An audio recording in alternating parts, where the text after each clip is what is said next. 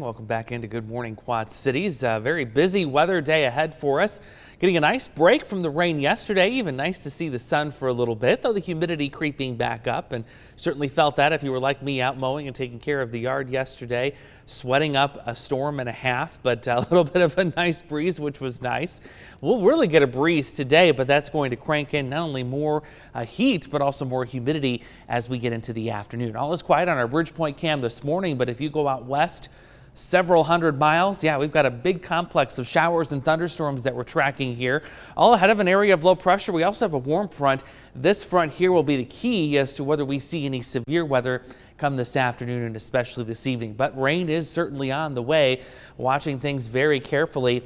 In fact, still an elevated risk of some severe weather, especially north of the Quad Cities today, right up along the US 20 corridor as you head towards Galena, Dubuque, into the Cedar Rapids area along and north of Interstate 80. Here in the Quad Cities, we're kind of on the edge of that. We'll see if this shifts a little bit further south or north. We'll get the new update here around 8 o'clock this morning. So here's the plan of what could potentially happen. Some of that activity currently working into western Iowa may spill over here in the form of a line of showers and storms right around lunchtime. Here we are at noon seeing some of that activity, and I think the farther north you are of the Quad Cities, the better potential you have of seeing that. That will push through with some gusty winds, and then we'll keep our eyes on what happens to the north of us later on tonight into Thursday morning.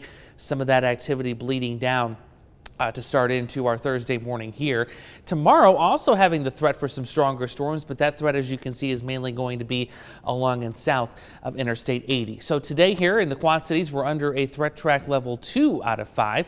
Putting the timing on this from noon all the way until 10 tonight.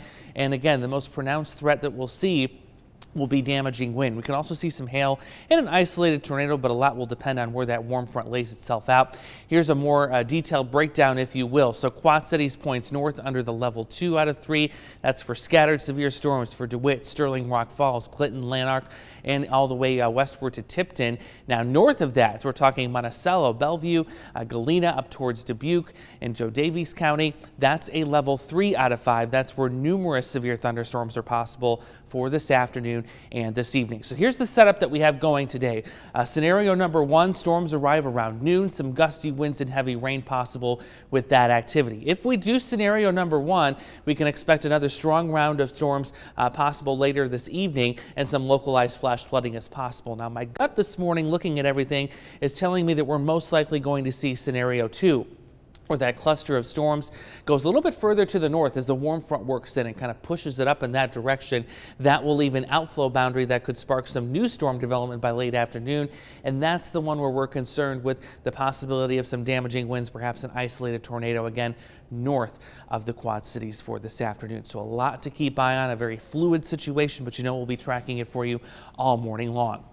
Speaking of tracking, here's what the next 8 days look like. Showers and storms possible again tomorrow. Some severe south of the Quad Cities. We'll wrap up the storm threat by Friday, and that leaves clear sailing for the weekend. Low humidity and highs in the 80s as we head through Sunday. More heat and humidity on tap next week, but so far